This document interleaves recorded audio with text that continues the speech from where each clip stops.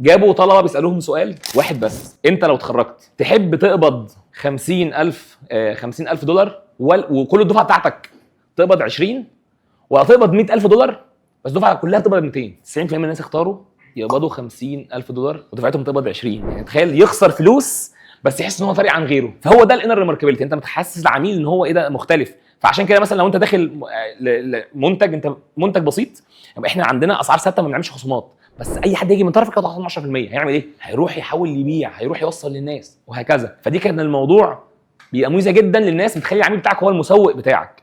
الجيمز بتدخله في لعبه، عارفين مثلا العميل يقول لك انت بقيت سيلفر، تدخل مثلا بعد كده انت بقيت جولدن، انت بقيت كذا، فانت بتدخل العميل معاك في لعبه.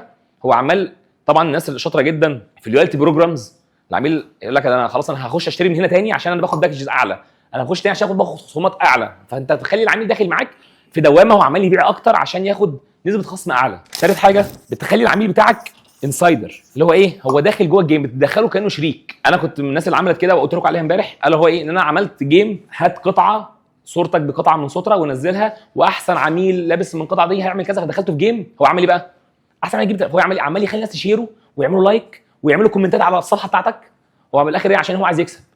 انا كل يومين حد باعت لي ابني داخل في حضانه، صورته في الحضانه وهياخد مسابقه، لو خد 10 لايكات معلش اعمل لايك وقول لاصحابك. فهو اطفال بس هو داخل ايه؟ عمال يزودوا الماركتنج بسبب ايه؟